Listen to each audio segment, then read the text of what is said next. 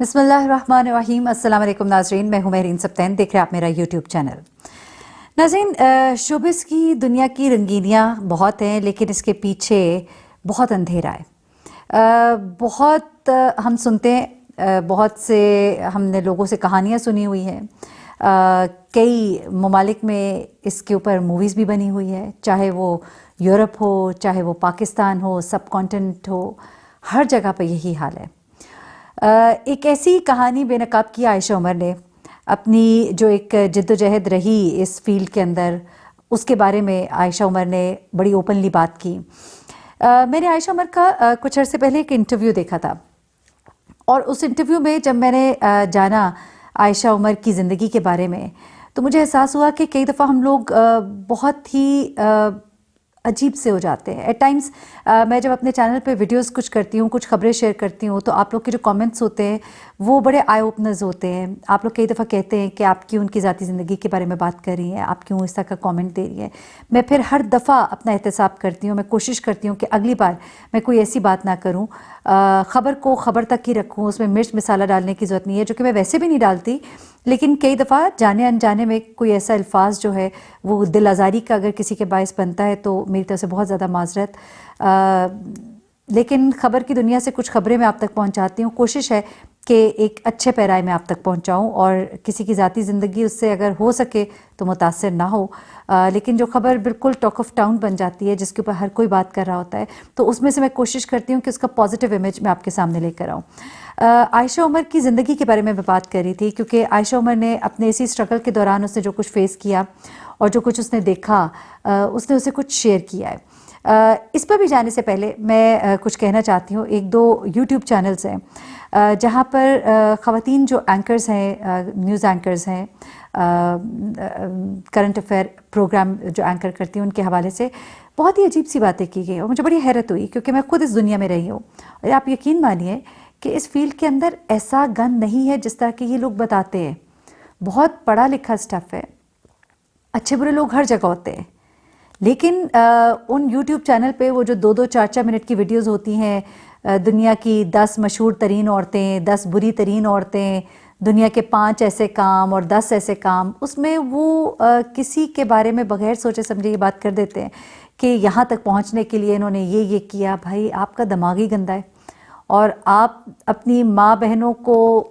پتہ نہیں کسی اور نظر سے دیکھتے ہیں اور دوسروں کی ماں بہنوں کو کسی اور نظر سے دیکھتے ہیں، تو برائے مہربانی پہلے تحقیق کریں۔ اور یہ جو آپ اس طرح کا گند گھولتے ہیں، اس سے آپ 2-4 پیسے تو کما لیتے ہیں، لیکن آپ کی آخرت جو ہے وہ آپ بالکل ضائع کر دیتے ہیں۔ یہ میرا پیغام ہے ان چند ایک یوٹیوب چینلز کو، میں ان کا نام لیے بغیر یہ بات کر رہی ہوں۔ اب اینیویز میں عائشہ عمر کی طرف آتی ہوں۔ عائشہ عمر نے ایک انٹرویو میں کہا کہ میرے سر سے میرے سر سے باپ کا سایہ ہٹ گیا تھا جب میں 2 سال کی تھی، اور اس کے جو والد تھے وہ عمر سنز پرائیویٹ لمیٹڈ جو ہے اس کے چیئرمین تھے، اور بڑا ایک اچھا پروفائل تھا، لیکن اس کے بعد ایک دم بڑی مصیبت پڑی، اور اس کی جو والدہ ہیں انہوں نے اس کو اور اس کے بھائی کو، ان دونوں کو ریز کیا۔ بڑا ایک مشکل ٹائم جب عائشہ عمر اس پروگرام میں بتا رہی تھی تو مجھے تکلیف ہو رہی تھی سنتے ہوئے، کیونکہ ایک بچہ جب اس ٹائم سے گزرتا ہے تو وہ کیا کچھ سفر کرتا ہے، میں نے اسے واقعی محسوس کیا۔ ریما کا یہ پروگرام تھا رمضان کا، جس میں اس نے یہ بتایا کہ کس طرح سے میری والدہ نے پھر لاہور گرامر اسکول میں پڑھانا شروع کیا، وہاں پر ہمیں اپنی والدہ کی وجہ سے پڑھنے کا موقع تو مل گیا، لیکن وہاں پہ کتنے ہائی پروفائل گھروں سے وہ بچے وہاں پر آتے تھے، امیر گھروں کے بچے ہوتے تھے، اس میں ہم بہت لیفٹ آؤٹ فیل کرتے تھے، چاہے وہ ہمارے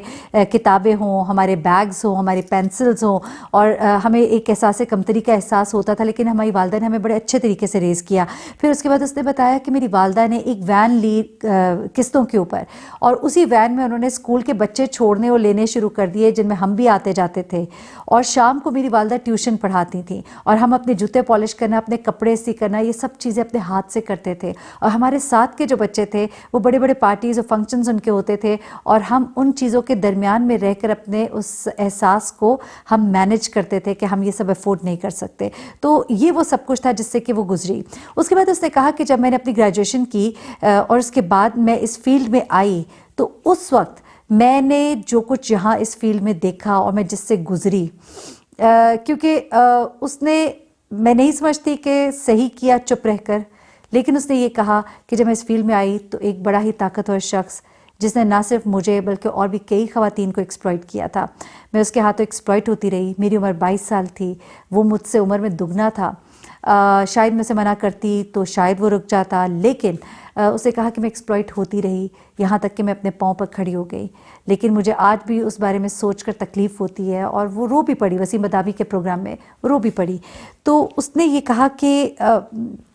میں ابھی بالکل اپنے کالج سے فریش نکل کر آئی تھی اور اس انڈسٹری میں نے قدم رکھے تھے, نہ مجھے اس کے طریقے پتہ تھے صحیح سے, آگے نکلنے کی ایک لگن تھی, اور یہ سب کچھ میرے ساتھ ہوا جس کو میں اب یاد کرتی ہوں تو مجھے بڑی تکلیف ہوتی ہے. یہ اس میڈیا, اس انڈسٹری کا ایک بڑا ہی ٹراما ہے. شوبز کی میں بات کر رہی ہوں. میں اگین یہ بات کروں گی کہ جو آپ کی جرنلزم کی فیلڈ ہے, that is very very different. وہاں پر کام ہوتا ہے, وہاں پر پڑھائی ہوتی ہے, وہاں پہ چیزیں مختلف ہیں. لیکن پھر وہی بات کہ اچھے برے لوگ ہر جگہ ہوتے ہیں. وہ اسکول کالجز میں بھی ہوتے ہیں, وہ بینکس میں بھی ہوتے ہیں, وہ آپ کے ارد گرد محلے, چھوٹے چھوٹے محلوں, بڑے بڑے محلوں میں ہر جگہ ہوتے ہیں. انسان کا اندر صاف ہونا چاہیے, اور اچھے لوگ بھی ہر جگہ ہوتے ہیں. اچھے لوگ جو ہے ان سے یہ دنیا جو ہے اس وقت یہ قائم ہے, اور ہر ایک کو ایک ہی پیرائے میں نہیں لینا چاہیے, ہر ایک کو ایک ہی سوٹی سے نہیں ہانکنا چاہیے. شوبز میں چونکہ ہم دیکھتے ہیں کہ بہت ہی ایک انوائرمنٹ ڈفرینٹ ہوتا ہے, اور آگے نکلنے کی جو ایک دوڑ ہے, اور مجھے مووی کا نام تو نہیں یاد جس میں پریانکا چوپڑا نے کام کیا تھا, اور بڑا ہی زبردست اس کا کام تھا, مجھے فلم کا نام تو نہیں یاد آ رہا, جس میں اس نے ماڈلنگ میں آگے جانے کے لیے جو ایک پورا اپنا سفر تھا, اور میرے خیال سے اس مووی کو بڑے ایوارڈز بھی ملے تھے, اور اس میں اس نے جس طرح سے اس کردار کو نبھایا تھا, لیکن اس میں پتہ لگا تھا کہ کس قدر ڈپریشن ہے اس کے اندر, اور یہ آگے نکلنے کی دوڑ جو ہے انسان کو کس گہرائی میں گرا دیتی ہے. کئی دفعہ عائشہ عمر اپنے پروگرامز میں ذکر کیا کرتی تھی کہ میں بھی ان مشکلات سے, جب می ٹو مہم اور یہ سب کچھ چل رہا تھا, تو میں کسی فورم پہ کبھی اس کو ڈسکس کروں گی. اور فائنلی اس نے ایک پروگرام میں آ کر یہ سارا کچھ بتایا. اس نے کہا کہ ایک بہت ہی پاورفل آدمی تھا, میرے سے عمر میں دگنا تھا, اور اس کے ہاتھوں کئی لڑکیاں جو ہیں وہ پہلے بھی سفر کر چکی تھیں, اور میں بھی ایکسپلائٹ ہوتی رہی, اور میں چپ رہی, جبکہ وہ 22 سال کی تھی. اور میں سمجھتی ہوں کہ 22 سال کی عمر کوئی اتنی چھوٹی بھی نہیں ہوتی, لیکن کوئی اتنی میچور بھی نہیں ہوتی, لیکن سٹل صحیح کو صحیح اور غلط کو غلط کہنا تو 10 سال کی عمر میں بھی آتا ہے. اور 22 سال کی عمر میں جب آپ اتنے بڑے کالج سے پڑھ کے فارغ ہوتے ہیں تو آپ کو غلط کو غلط کہنا آتا ہے. اور جو لوگ اپنی زندگی کو کچھ اصولوں کے مطابق اگر گزارتے ہیں تو انہیں بہتر پتہ ہوتا ہے کہ انہوں نے کس طرح سے زندگی کو گزارنا ہے. تو یہاں پر ٹھیک ہے ایک ٹراما تھا, لیکن یہ کہہ کر ہم اپنے آپ کو اس سے آزاد نہیں کر سکتے. لیکن پھر جس طرح میں نے ابھی آپ کو بتایا کہ عائشہ کی زندگی میں جو نشیب و فراز تھے اور جو مشکلات اس نے دیکھی, اور جس طرح آپ دیکھتے ہیں کہ ایک بچہ لاہور گرامر جیسے اسکول میں پڑھا ہے جہاں پر اس کے پاس وہ آسائشیں نہیں ہیں جو باقی سب بچوں کے پاس ہے, پھر ان آسائشوں کو حاصل کرنے کی جو لگن ہے وہ کبھی کبھی آپ سے بہت سی غلطیاں کروا دیتی ہے. اور اس فیلڈ کے اندر جو بھیڑیے موجود ہے وہ یہ غلطیاں کرنے کے لیے جو راضی ہوتا ہے ان کو بہت غلط طریقے سے ایکسپلائٹ کرتے ہیں.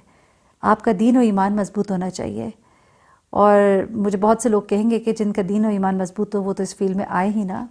تو بھلے وہ نہ آئے, لیکن ایک حقیقت جو ہے اس فیلڈ کی, اور بہت ماڈرن خواتین لڑکیاں بھی ہوں گی, لیکن پھر یہ جو وقت ہوتا ہے یہ ان کو رلا دیتا ہے, جس طرح اس نے عائشہ عمر کو پروگرام میں رلا دیا. مجھے بہرین سبتین کو اجازت دیجیے گا, اپنی دعا میں مجھے بھی یاد رکھیے گا. اللہ حافظ.